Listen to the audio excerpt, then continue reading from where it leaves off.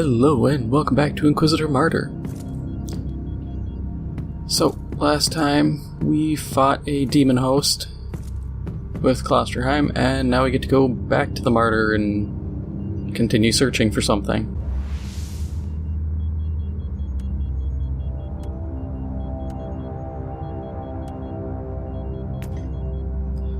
I found evidence of some troubling occurrences in the inner sanctum. Uther Tiberius was meddling in dark machinations. He was experimenting with soulless pariahs, demons bound into mortal flesh. He has clearly lost his way, or he had clearly lost his way, or had he? The answers await me in Uther's scriptorium.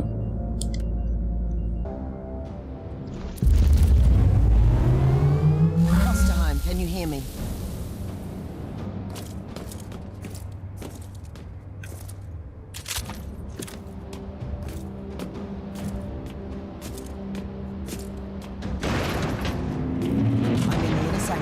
In a scriptorium, I suppose.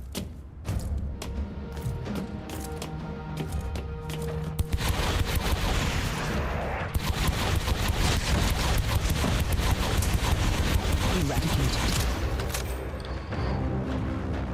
Now, the idea of having like an army of pariahs or psychic blanks, it's not as much as this game's like, oh, he's doing something terrible. It's not really out of the realm of possibility, as we've seen with like the Sisters of Silence. You can have a number of psychic blanks, it's just they're hard to come upon. Trying to combine them with a demon, that's not necessarily terrible, just that seems like a major challenge to try to overcome.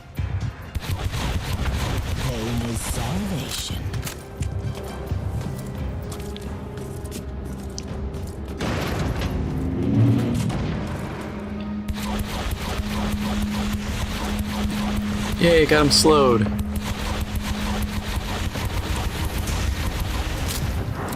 I should have built an Exodus rifle just so I could test it out. I bought the plan just to do that, and the whole time I was like, I'm better off just using what I have, or if I have to go into melee, I have a melee weapon.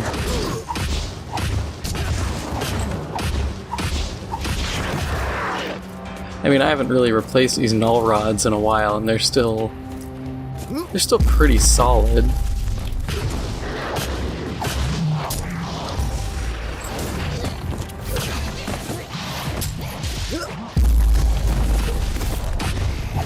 Are they fantastic?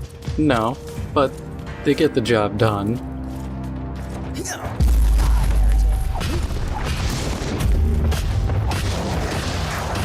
Oh, this is something I wanted to talk about. Was recently news came out of this one guy started his own like indie studio. He's trying to make a competitive Dawn of War style game, and he had set up a Discord, and I checked it out. And the idea of a competitive Dawn of War isn't bad, but I feel like the guy is going in a completely weird direction. Several Imperial seals have been destroyed here. My guess is work with the word bearers, the trapped demons are loose. Expect heavy resistance on your way in.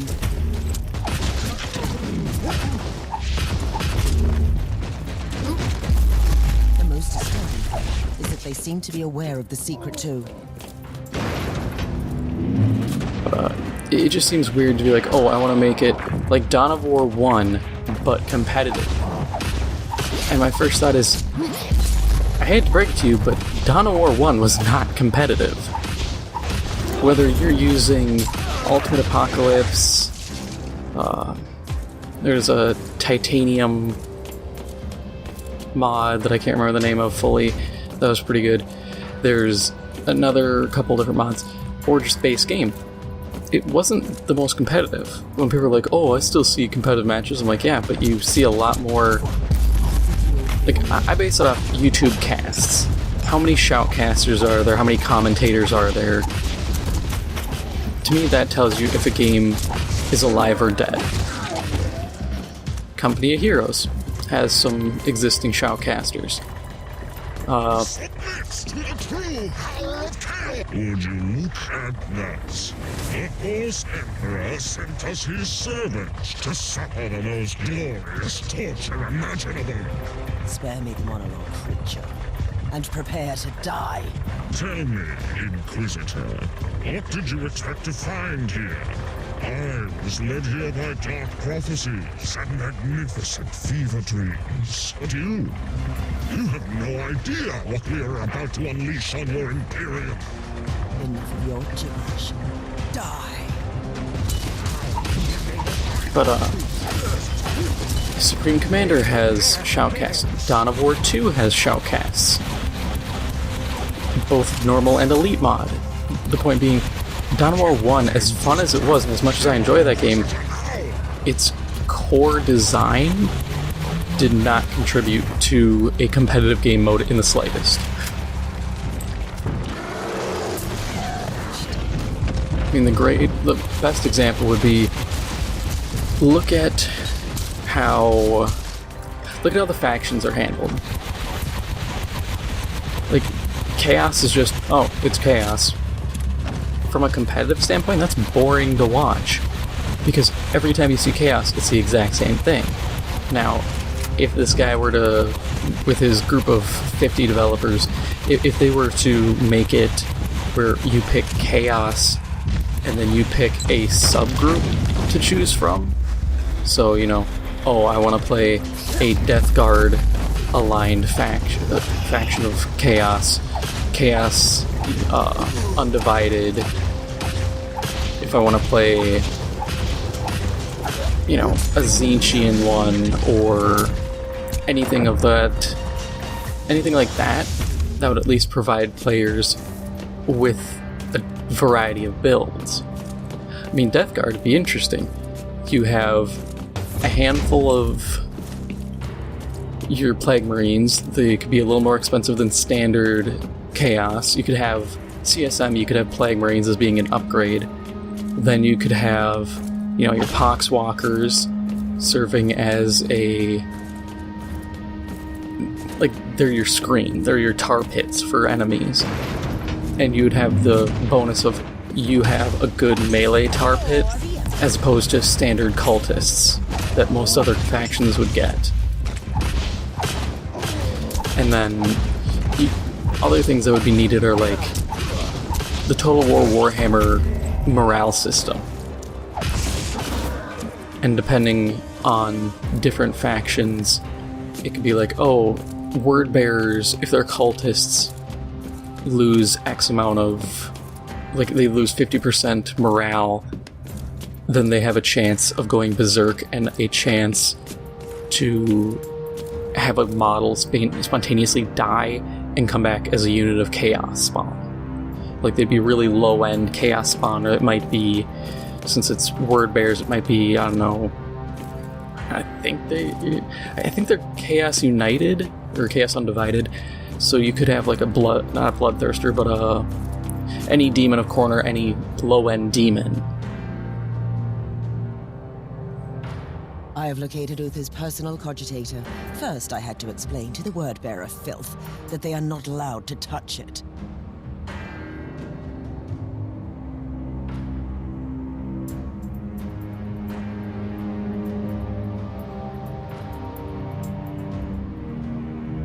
The proof we needed.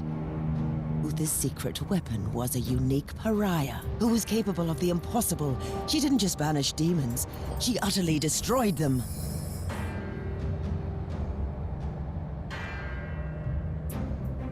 And she could have had a significant impact on the fate of the sector, or the whole Imperium. We need to know what happened to her.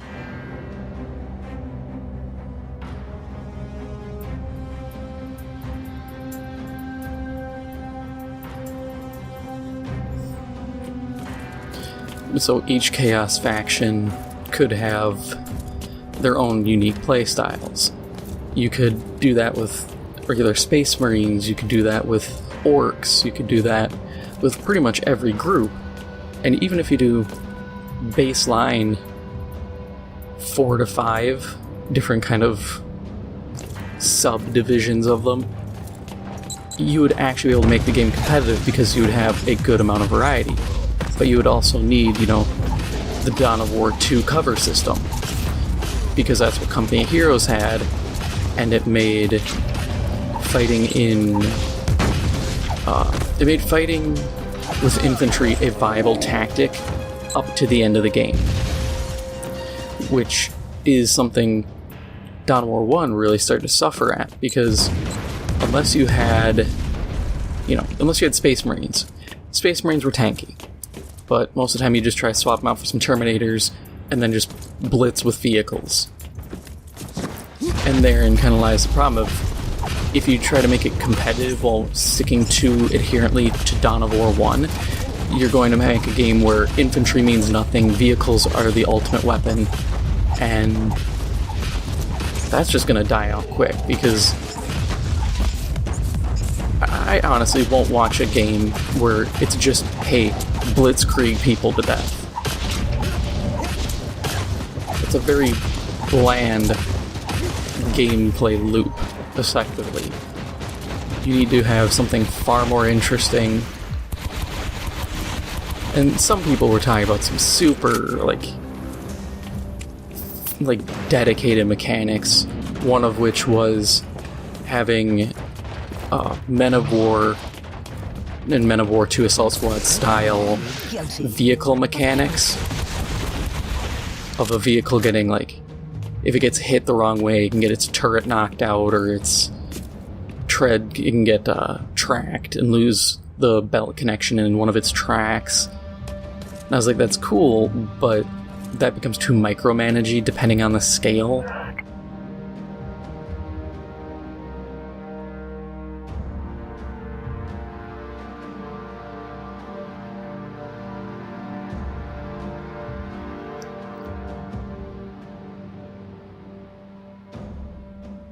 Personal log entry. The captain of the Martyr, the most loyal follower of Uther Tiberius, was a certain Van Winter. It can't be a coincidence. Is this the Emperor's will? Or should I suspect some mysterious connection to my erased past? I need to look into this. But so it's... Plusterheim, I some found of the proof ideas were a about the bit rebellion out that tore the there. Martyr apart.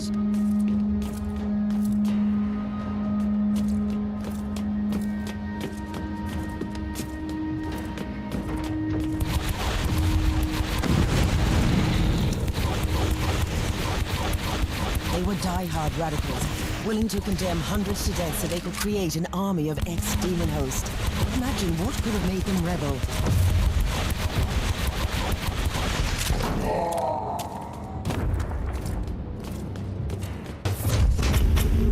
And I want the game to succeed. I want it to exist and become a good Dawn of War, since Dawn of War 3 was terrible. But I also worry, like, just interacting with this head guy, the little bit I did for the couple hours when I jumped on the Discord server, it felt like he was very resistant to any suggestions. Granted, some people have dumb as hell suggestions. I'm gonna be honest, some people are idiots. And this is me knowing a decent amount about game design. People want stupid things and don't understand how games are made or how they function. I remember back when H1Z1 was starting out, and people were wanting every zombie to be procedurally generated and have little stories tied to them, and you'd find notes about what they did before they became a zombie. And myself and some other people were going, you know, you realize the amount of resources required to make this kind of crap and how pointless it is. And I see that to a degree within the forming community for this new Dawn of War-esque game. And it just leaves me concerned, because it's like, you don't want someone who doesn't know what they're doing in charge of something. You know, you don't have a 5-year-old design a game, because they're going to want a ton of stuff that doesn't make any sense because it sounds cool. And that's kind of what grown adults can do too with games. if they don't understand how it works, they'll just assume anything's possible. Hell, you can even see this within the IT field. You know, people will be like, hey, why doesn't this work? And it's like, well, this, and this. And they're like, well, can't you just, like, flip a switch? And you're going, like, no, you can't. Like having a computer virus. It's like, oh, can't you just hit a button? It's like, no, depending, you may need to just say screw it and wipe your hard drive. But people who don't understand how it works don't get that.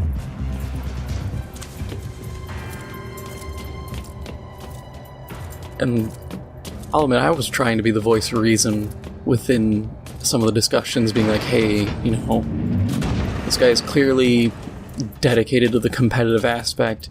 We need to rein these things in and ask if this is a viable thing for a competitive game. Because it can't be too micromanagey, but it can't be so bland that it's, you know, Command and Conquer 3 Tiberium Wars, where it's just, yeah, spam a bunch of attack bikes and just blitzkrieg the enemy and win.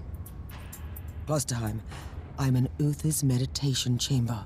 I can see a journal.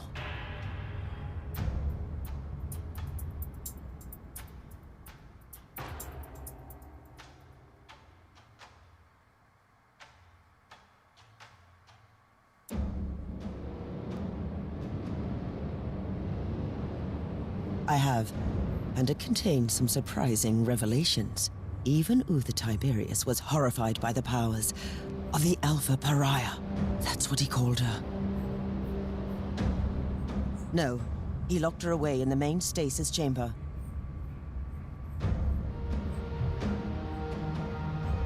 And we have a Chaos Sorcerer on the ship who knows about her too. I'm on my way to the chamber.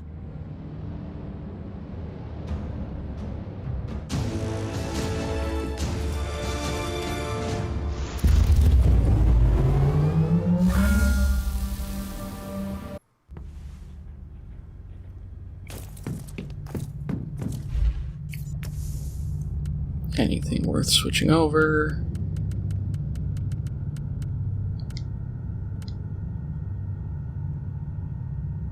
Nope.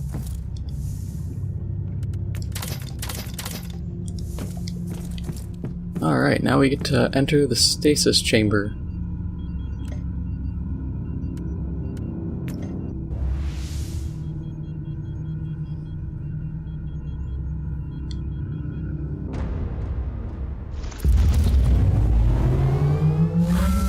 Together again, at last. Are you ready? The secret of the Martyr is within arm's reach. Just imagine the possibilities if the Alpha Pariah is still in there, in stasis.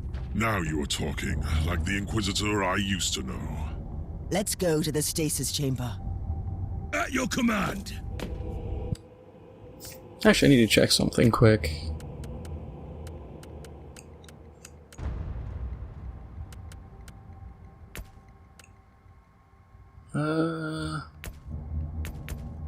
Oh, I guess I haven't encountered any morality issues. I see you found reinforcements against the word bearers. These men are the members of my expedition. I thought they were killed. I was wrong. Holy God! It's a god!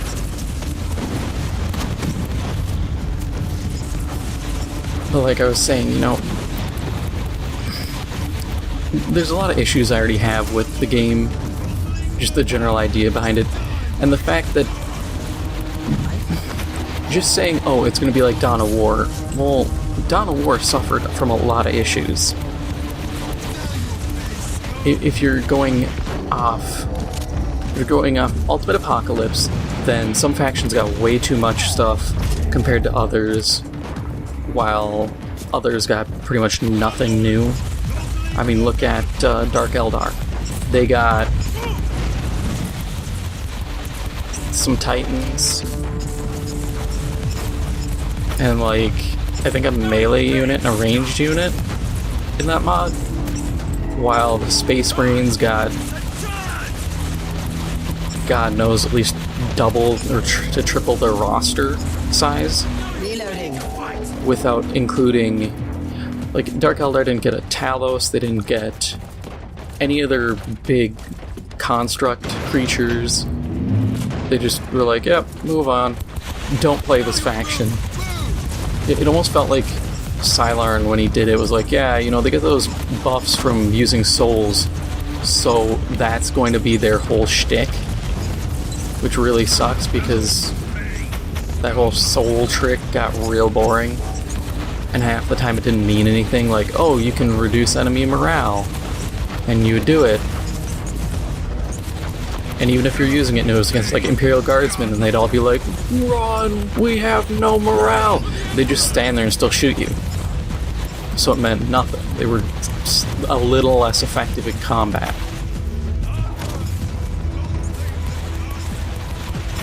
So you'd have these factions that didn't get enough, you'd get factions that get too much, when some things should have just been relegated to an upgrade on an existing unit.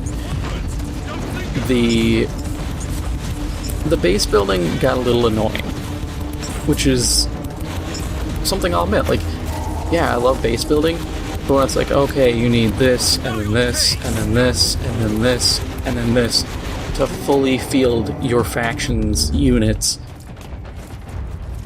it just gets annoying. Because it's like, okay, let me make sure I have enough room to put the heavy machine factory, and then the machine factory, and what could it be? Pointless stuff. Luther Tiberius wanted to create an army of formed legionaries, resistant to the powers of the war. At some point, he must have realized that it was not working. Or he realized that an army needs a commander. I don't know if the Alpha Pariah was someone he found during his journey, or if he obtained her through some darker means, but eventually he had her in his grasp. And now his legacy will be ours. Okay. Behold the words of the prophecy!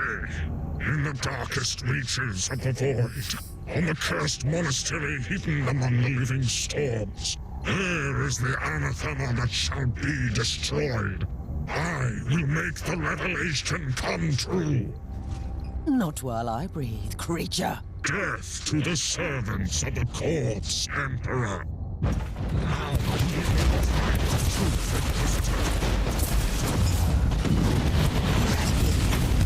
But it just worries me. It's like, oh, it's going to be like Dawn of War. Because then, let's say you take... Let's still stick on the Ultimate Apocalypse version. Artillery is stupidly powerful. Like, when I play Imperial Guard, I don't do anything but play artillery. I spam out as many Medusa tanks as I can. I don't even touch Basilisks because they don't have the same range. I do the vehicle doctrine to give me more support cap, and then I just hang around in the back, sometimes in my own base depending on the map, shelling the enemy base.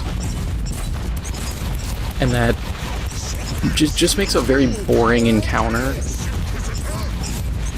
because then I just maybe run around 1 or 2 units of guardsmen to cap and just shell everything out of existence. And even if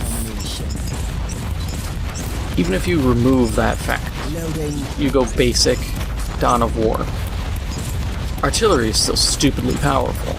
Its range is a little more reduced, but that isn't really an improvement, because the maps don't feel like a real war zone without cover, without garrison buildings. People were complaining. I saw, they're like, is there going to be garrison buildings? And the head guy's like, no, there's no garrison buildings. I'm like, why? And I saw people were like, good, I hate garrison buildings. And my first thought is, well, what do you have against garrison buildings? Here's how you defeat a unit in a garrison.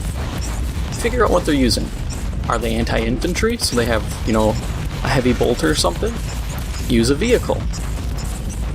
Are they a standard, you know, tactical marine squad or something with anti-vehicle? Use infantry, use a flamer. If you're too dumb to figure out how to do that, maybe it's not your kind of game. Because I can't even say, oh, it's rock, paper, scissors, when it's literally just do the opposite. It's not that difficult, so it just kind of confuses me, like, oh, well, why not have garrison structures?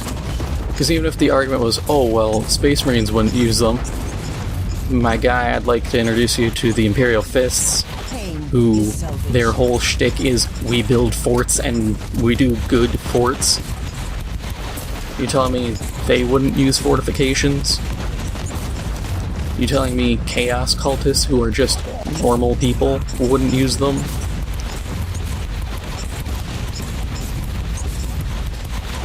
Just design choices that come off as very dumb to me. And even though, yes, this is very early on and things are prone to change, it does not give me a lot of confidence. Especially when...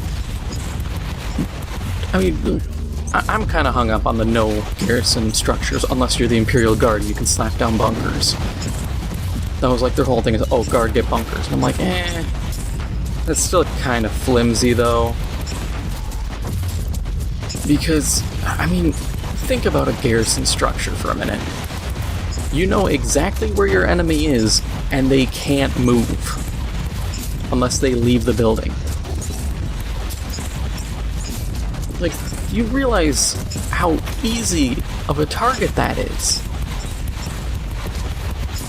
That's not even, that's not, some 600 IQ Megamind stuff to figure it out. No. If an idiot's in a building, burn him out of the building. If there's an idiot in a building, use mortars. Use artillery. You can tear the building down.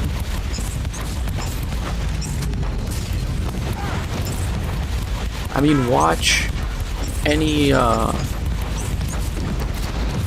cast of Company of Heroes. You'll see guys hiding in buildings or even in their own little trenches and stuff they dig, and someone will open up with Nebelwerfers or land mattresses and just shell the ever-living hell out of them. And there's nothing they can do. They either retreat from the position or get exploded. It's not that difficult. And of course, not having garrisonable structures or at least any agreed upon cover system, like I said, makes me worry that it's just going to be Command and Conquer or a StarCraft style setup of just spam out a ton of units and just run the other person over. I mean, yeah, StarCraft is competitive, but I'll tell you, I've watched a total of maybe 3 hours of StarCraft 1 and 2 competitive just to see what it was, and was incredibly bored. Because it's so bland.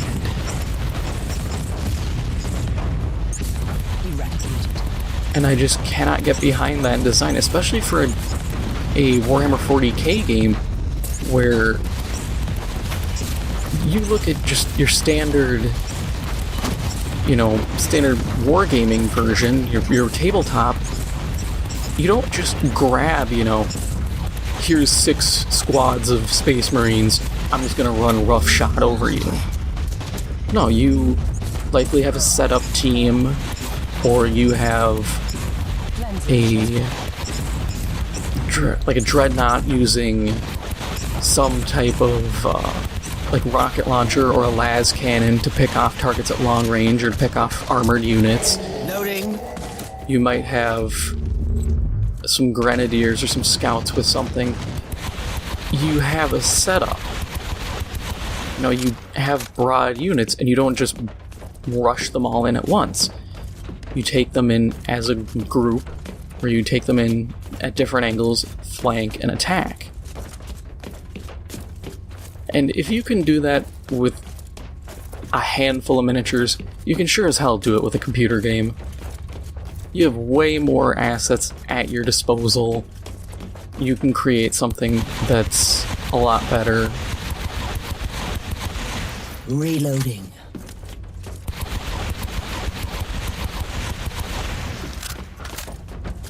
But this is just me being me.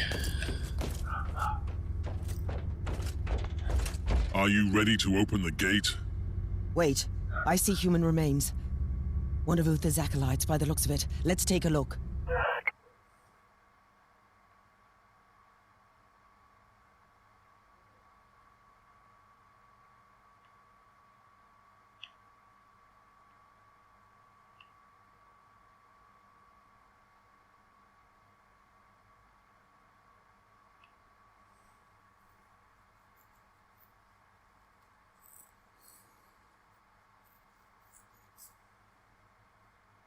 Anything useful? That is an understatement. Now we know that Uther Tiberius was gravely wounded during the rebellion in the monastery. His trusted men decided to take him off the Martyr, with a certain Captain Van Winter at the helm of the rescue ship. He secured the secret weapon before he fell, though. By the Emperor. What is this? Remarkable. It looks like a barrier of pure psychic energy. A tapestry of madness-made substance. Another example of Uther's arcane designs, I suppose. Are you ready to enter? I have died for this secret once. I must be the one who walks through that barrier.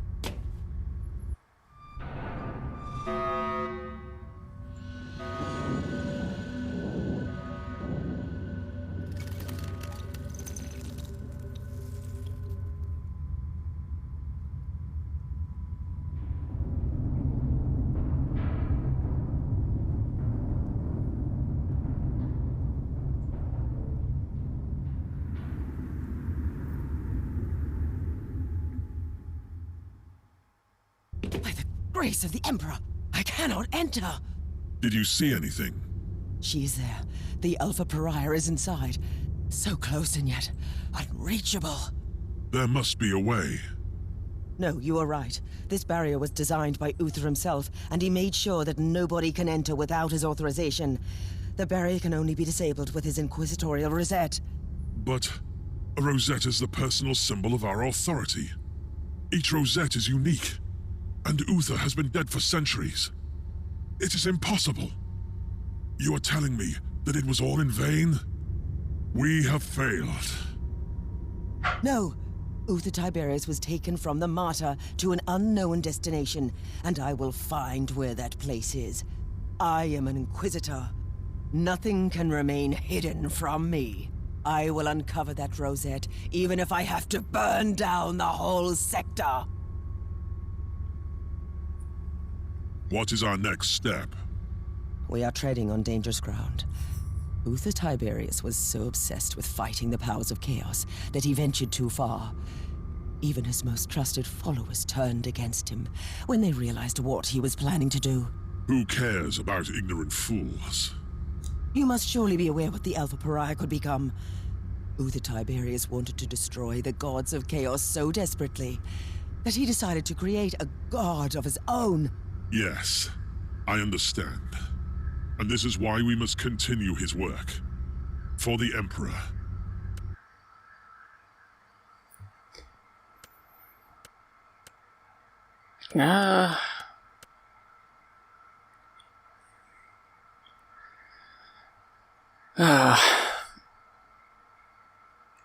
Yeah, let's go Puritan. The very existence of the Alpha Pariah borders on heresy. The doctrines must be upheld at all costs. But this is our destiny. You have already sacrificed your life to protect Uther's legacy. And now you are willing to throw it away? I will do no such thing. I will find the rosette and take the Alpha Pariah to the Inquisitorial facility, where no one can usurp her powers. This needs to be brought to the attention of the Conclave. I will not allow that. You have failed our cause. I cannot let you leave. Oh, wow. Didn't know he would actually turn. Well, that was very, very bland. One shot and he died.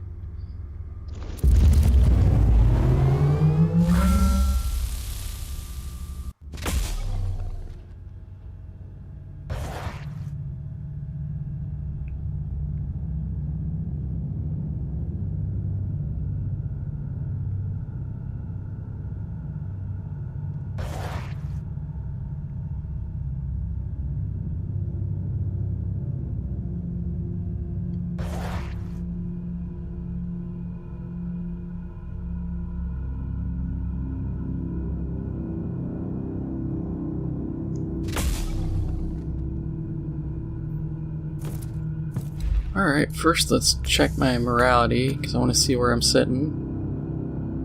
Okay, so that's the only one I've done.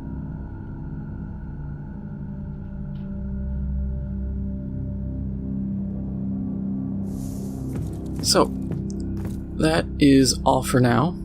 If you enjoyed this episode, please make sure to hit the like button. It helps out the channel a lot. If you are new, please make sure to hit the subscribe button. Thank you for watching, and I'll see you in the next one.